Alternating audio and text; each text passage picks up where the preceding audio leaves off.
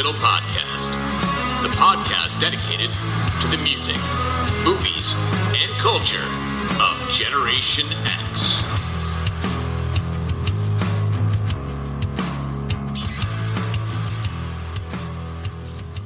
What is up, slackers, and welcome to another episode of the Stuck in the Middle podcast. And it is a day late, but hopefully not a dollar short, as the old saying goes. I will try to just get through a little bit of the background of the week. I always start off with usually a little bit of a personal tale. But the reason that this podcast is dropping on a Thursday, not a Wednesday, is, and cue the broken record of just a combination of health stuff and family stuff. I mean, that is life, apparently, in middle age. My back has been a problem. What ended up being a problem this weekend was actually my neck. I've been going to the chiropractor, but then on Monday, you get blessed with an extra day off, or at least I was, for those of you who had to work through the long weekend. For many, I apologize. We were off on Monday and my neck is out, which sucks because my oldest boy was home from college because apparently they now have October breaks, which is weird. And it was just nice to have everyone home and under one roof and fairly busy and just trying to start feeling better with, my back, even though my neck has also been kind of a recurring issue. And I think it is for a lot of us, honestly, because way too much device usage, looking down at our phones or looking at computer screens. I mean, that's certainly what I do for work. And then so much of my time at home is also looking at a screen. It's really ridiculous and kind of how we're locked in as a population right now. And then it gets exacerbated by the fact that, I'm taking ibuprofen for my back and my neck, which I've mentioned before. Not great if you have Crohn's disease. My stomach doesn't feel good and just grumpy and not feeling great. And then a whole bunch of scheduling conflicts. So I thought I was going to have Monday to record because I had some stuff going on Tuesday, which is when I normally record. And because I wasn't feeling well I couldn't have recorded on Monday at all. I can barely probably get through this tonight because So that's kind of the reason that it's late. I'm sorry. I like to meet the deadlines. I like to always make sure the show drops because those of you who listen, you have been consistent listeners and I appreciate it. And hopefully some more people will join us for the ride. So then I'm just going to take, my hat. I'm looking at the camera because I'm still recording video, even though I don't upload it. It's the only thing I'm going to really say about it. And I try not to delve into the political. And I think all of you know that I avoid that for this podcast. Doesn't mean that I won't do something down the road on another podcast, another vehicle of some sort. But I just want to say that, there are things that have been happening, obviously, in the world, and in particular in the Middle East just this past weekend.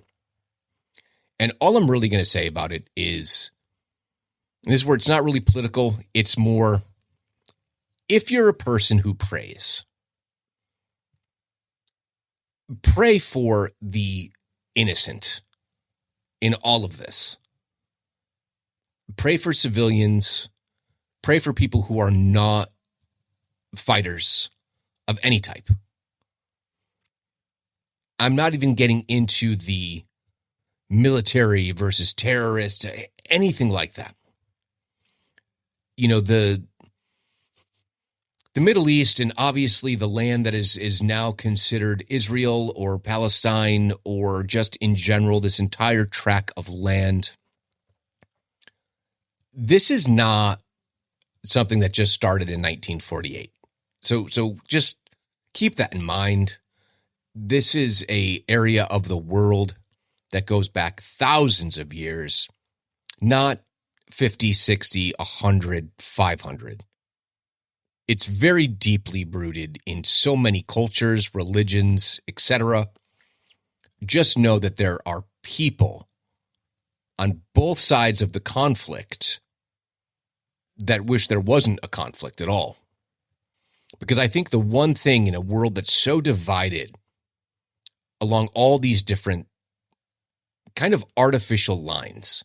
And I say artificial lines is because ultimately we're all human beings, and we might have different cultures or beliefs, but I think a majority of human beings, and I'm excluding obviously actual psychopaths and sociopaths, most people want pretty simple things out of life.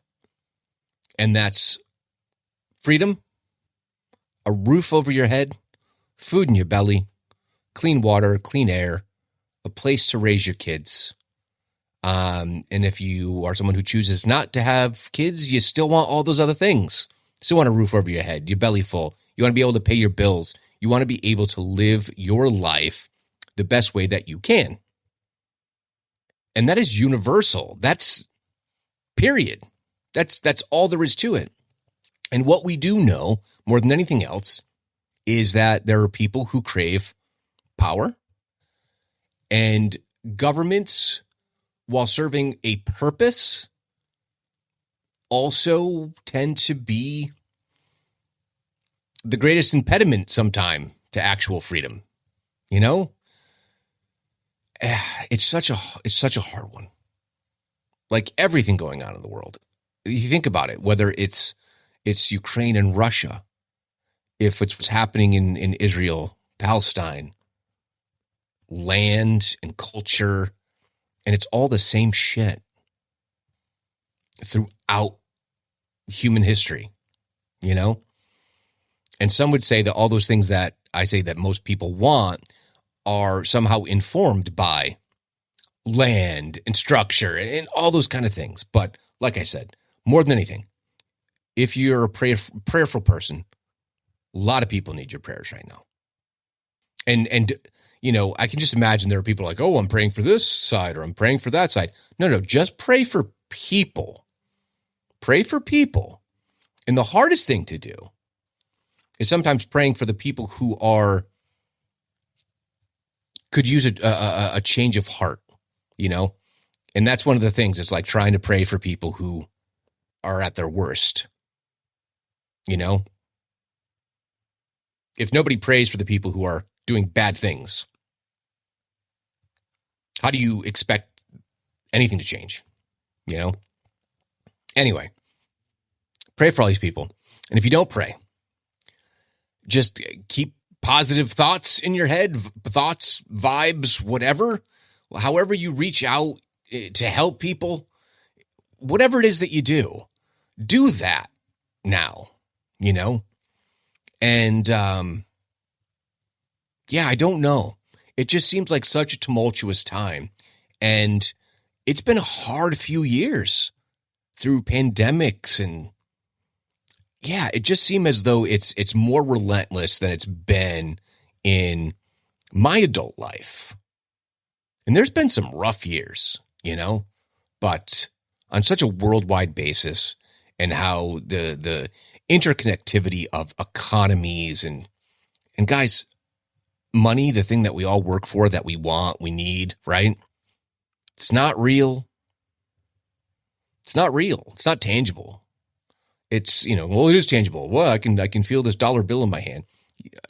Unless you're really steadily carrying around cash, a lot of times just using your card. Money is artificial, and people are living and dying for, I'm going to exchange this piece of cotton-based paper or whatever it is for, you know, U.S. dollar bill for, you know, goods, when a long time ago commerce was an exchange of goods. I have chickens, they lay eggs, I exchange that with you for your cow's milk. And that just seemed like a much more fair way to go about life. But anyway, but that's not what tonight is about. Well, actually, you know, it's funny. There's a little bit of a segue. So all this stuff that's happening in the world, you know, there are people who are making money on tragedy. There are people who make money on war. There are people who make money on failed mortgages. You know what I mean? If there is something happening in the world, someone's making money on it, right? That's really what it comes down to. And there was a horror movie, because it's Halloween time, which is the topic for tonight. some Halloween related stuff. And there was a couple of movies that I watched this weekend. One of them on Monday when, I was just like a zombie. It wasn't a zombie movie. So for the first time, it's been out for about, I think, 4 or 5 years now. Jordan Peele's Us, and tremendous.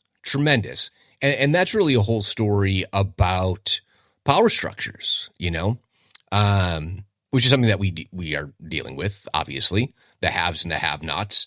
But this is, of course, amplified to such a degree in this movie, where, a main character has something that another main character wants and is going to do everything in their power to get, and how one character is willing to do anything to retain what they have. Sound familiar? And the other is a movie called Smile. Now, Smile it only came out, I think, in the past year. And so, spoiler alert. So you've been warned. This is a spoiler. It is incoming. And basically the premise of the movie, you can skip now if you don't want to know. And it is a demon that feeds on trauma. It feeds on trauma that it itself, of course, creates. And if that is not and I'm not sure exactly this is what they were going for, but if that's not a metaphor for war, I don't know what is. Someone getting off on massive casualties. And that's really, it's like we've become a trauma-based society, because that's what a lot of social media is. It seems like that's where we're at. Trauma feeding trauma, which is where, my God, if everyone took a frickin' time out and put all of our energy into something positive, even for 5 frickin' minutes, and being less of a trauma-based society and one that's based in kindness and, mutual benefit. But that hasn't happened in thousands of years. So that is naive. I know that. It is simplistic. Agreed. We can all wish and hope that somehow humanity can pull its head out of its collective ass and do something different. But if you haven't seen Us, if you haven't seen Smile, highly recommended. Us is a little bit swifter moving. Smile's a little bit more of a slow burn, but it definitely has a lot of great elements in it. So I highly recommend it. So that being said, every year around this time, I start watching horror movies, but I also, I enjoy Halloween. And, so if I take a pause where I'm trying to gather myself, it is because I am dealing with sudden pangs of pangs. But what I was thinking about are the urban legends that surround Halloween. And some of them have been around for like decades.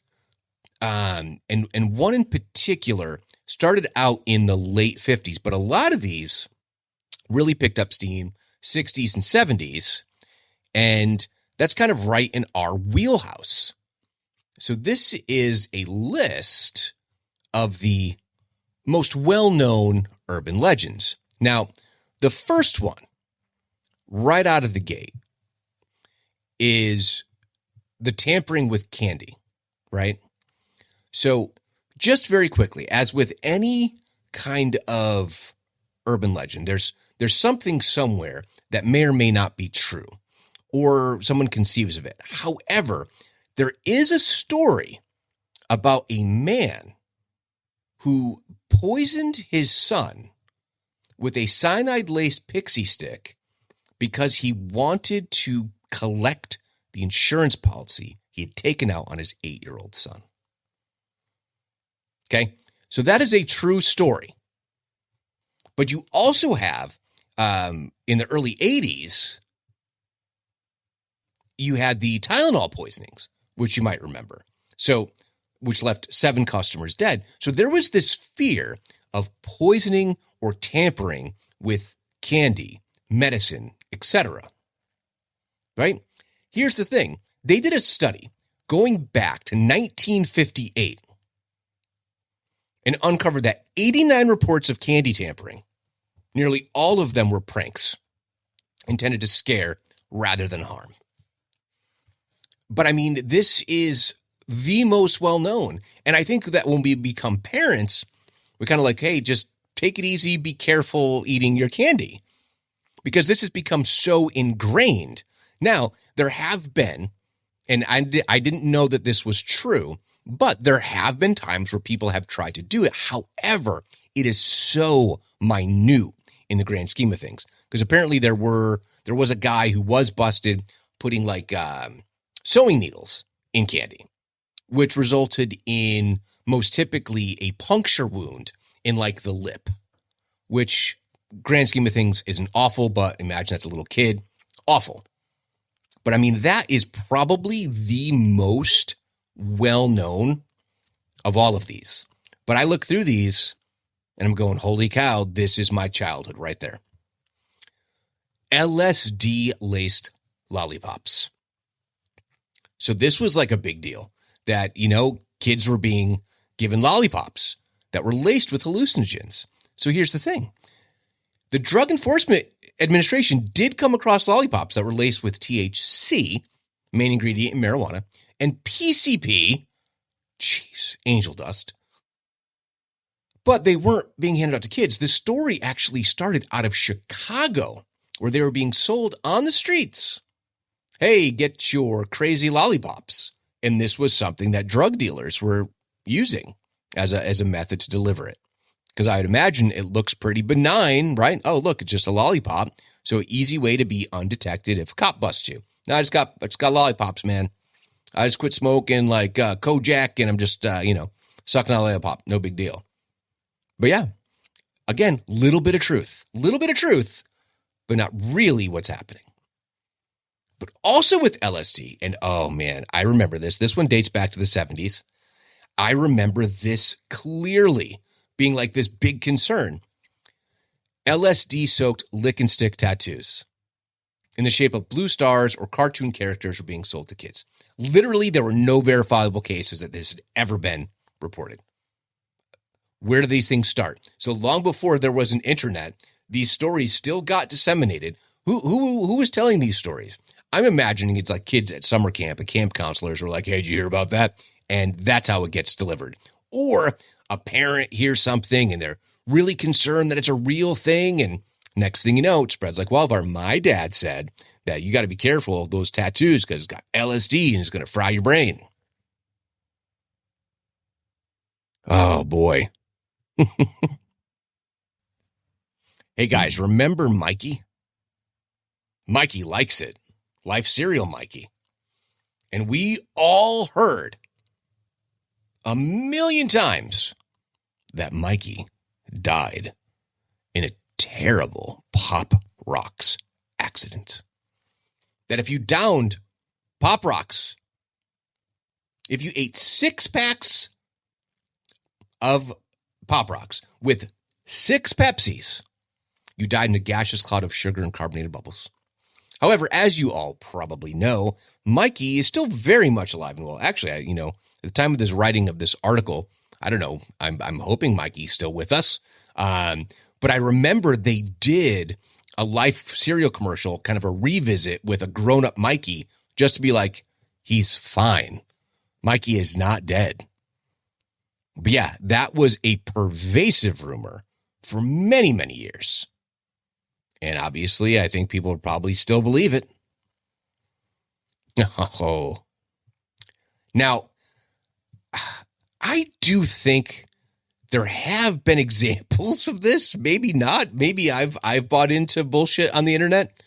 So the myth of the organ theft ring that preys largely on travelers. A businessman, or you could also insert college student or tourist, is enjoying a drink in a hotel bar, but suddenly wakes up hours later in a bathtub full of ice.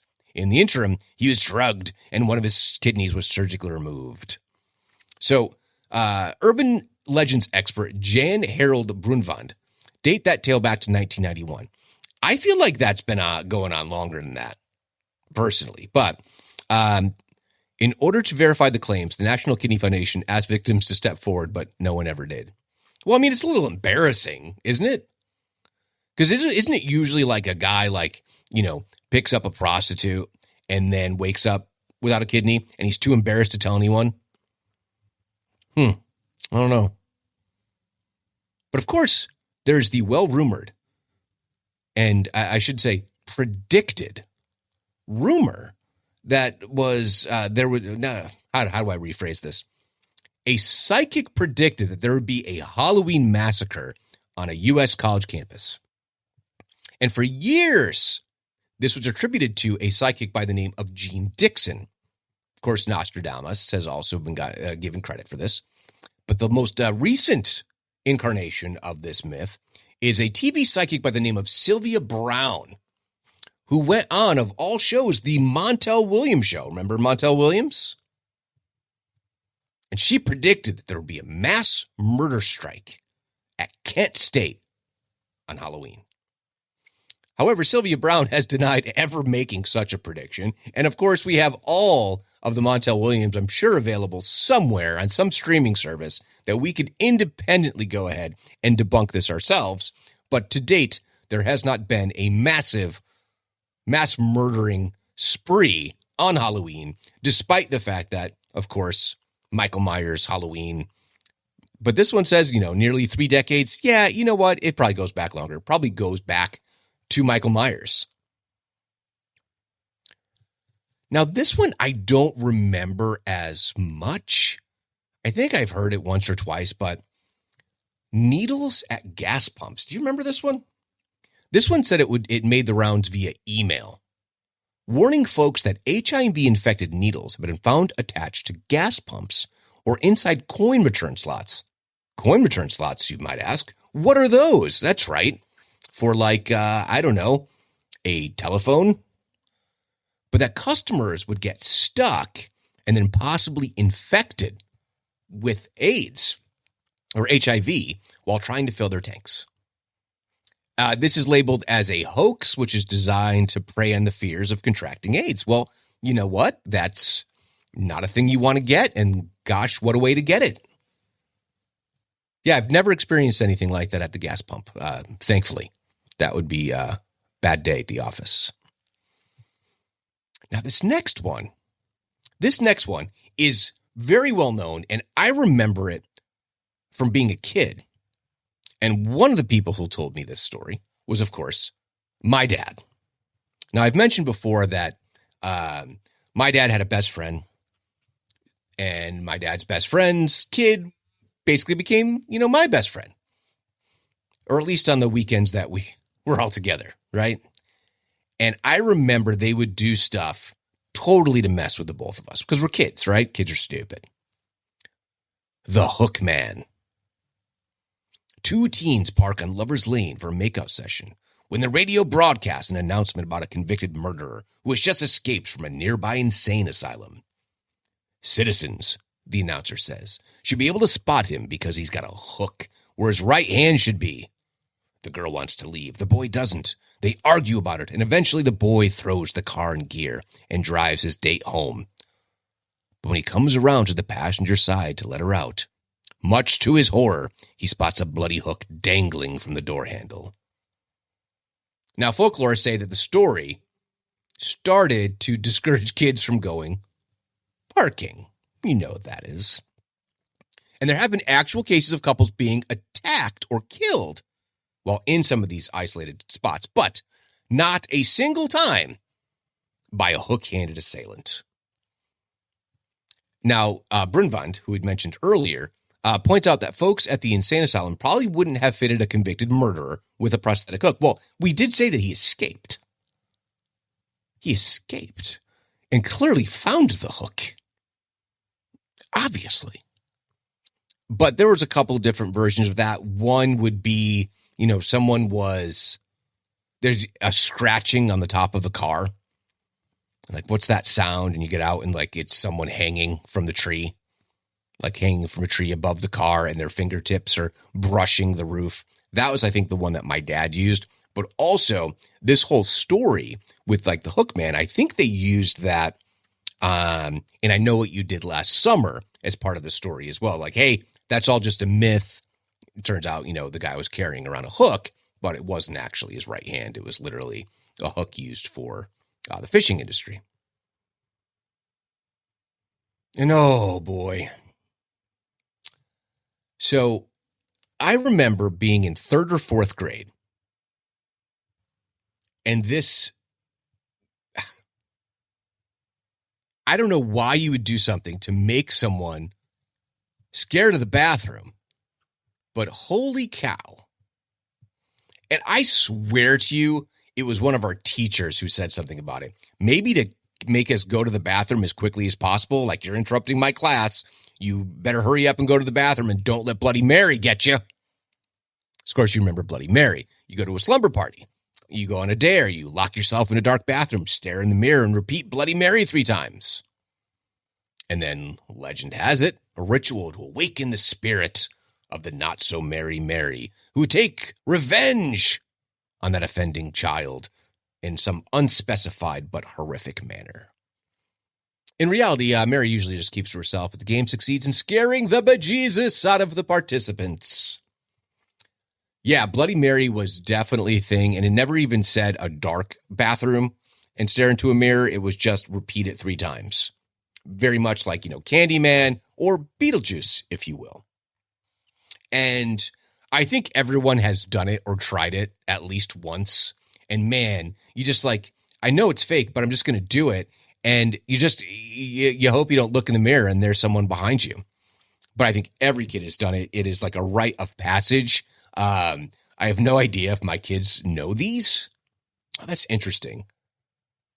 I didn't think to ask them that they've heard of any of these. So I'm going to do that after I record the episode if they're still around. Who knows what they're doing.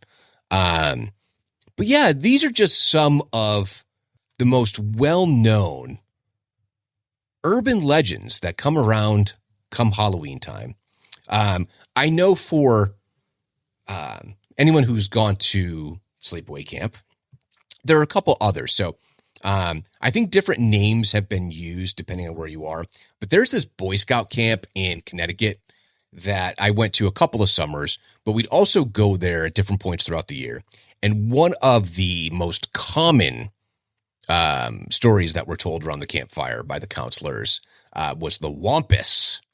And the Wampus was some kind of Bigfoot-like creature who would come down and, grab you in your sleeping bag, swing you against the tree kind of thing. You know what I mean? That one was pretty common. I'm trying to think what other ones were well known around the campfire.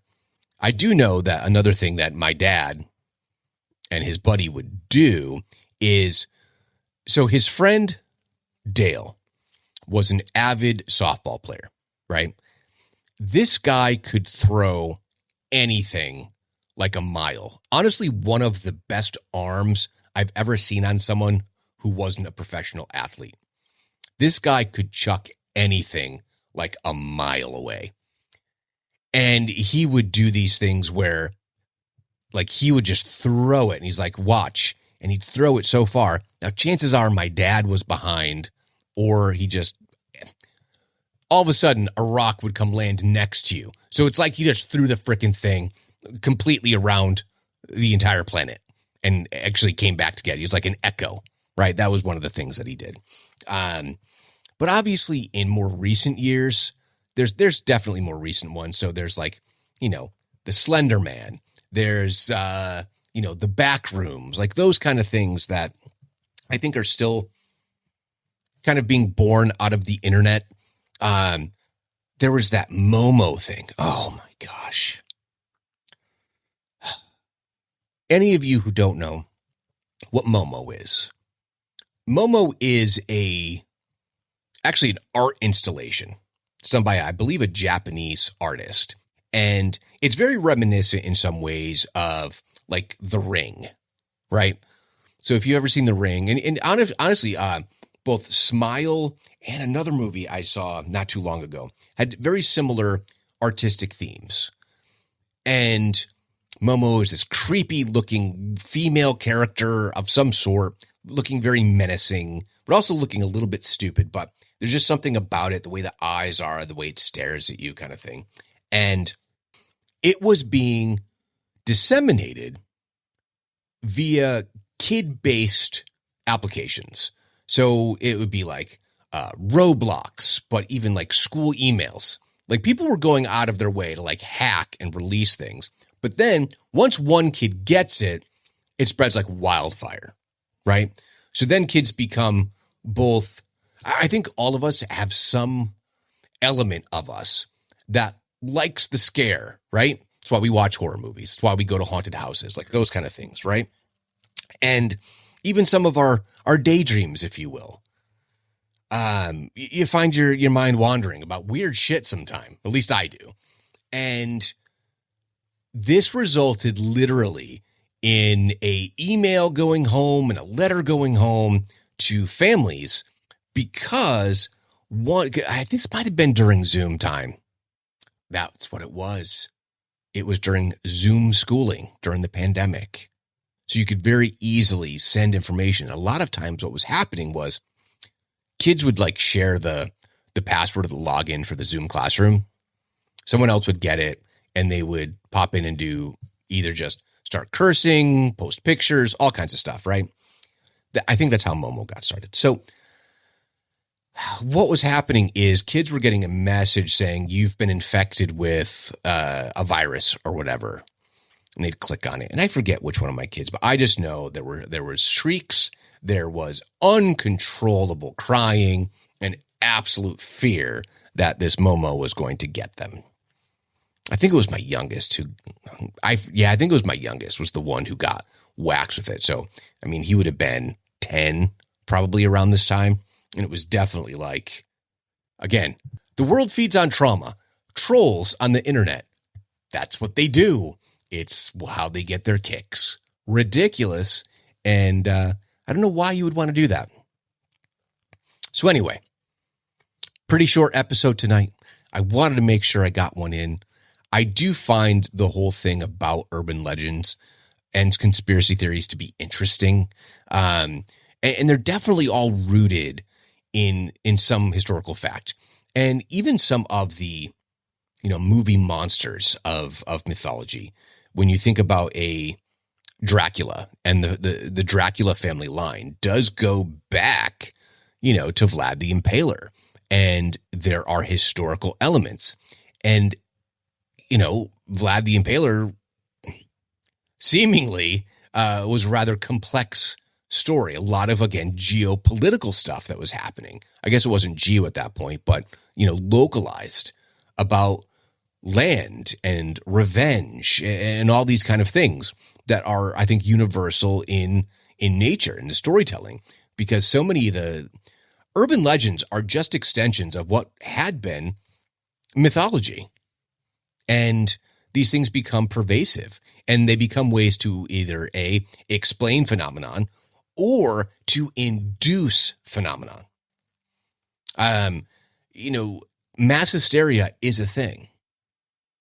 And it's very easy to do, which I think is so fascinating about it, because otherwise reasonable people can't help themselves when it starts to multiply and spread. Ideas can spread like a virus just as much as an actual virus can. So all these things are very much related. So I guess that's when it comes to the concepts of what is life. When people talk about, it's simulations or, we're part of a computer program, we're really just a big petri dish for aliens because, according to the government, aliens are a thing. It is really fascinating stuff. So tell me, what are some of your favorite urban legends and which ones did I miss? Now, I didn't go down the whole road of cryptozoology.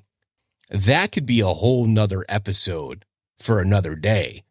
Your Bigfoots and your Loch Ness monsters. And I think there's a swamp monster and there's chupacabras and there's all these other, cryptids, as they call it. got to be rooted in something, but what and why? And are we really just one sliver away from alternate universes? So that's another thing with the whole UFO theory. People talk about that maybe they're not extraterrestrial, but they're interterrestrial, and they're actually from Earth, but on a slightly different plane of existence.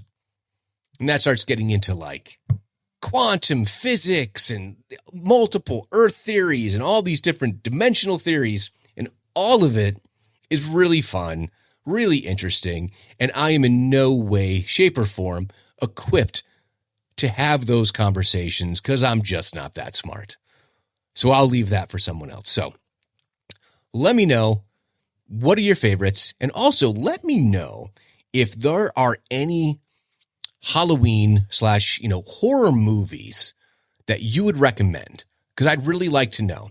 And if there are any series that maybe you'd like me to talk about on the show as we are in the Halloween season.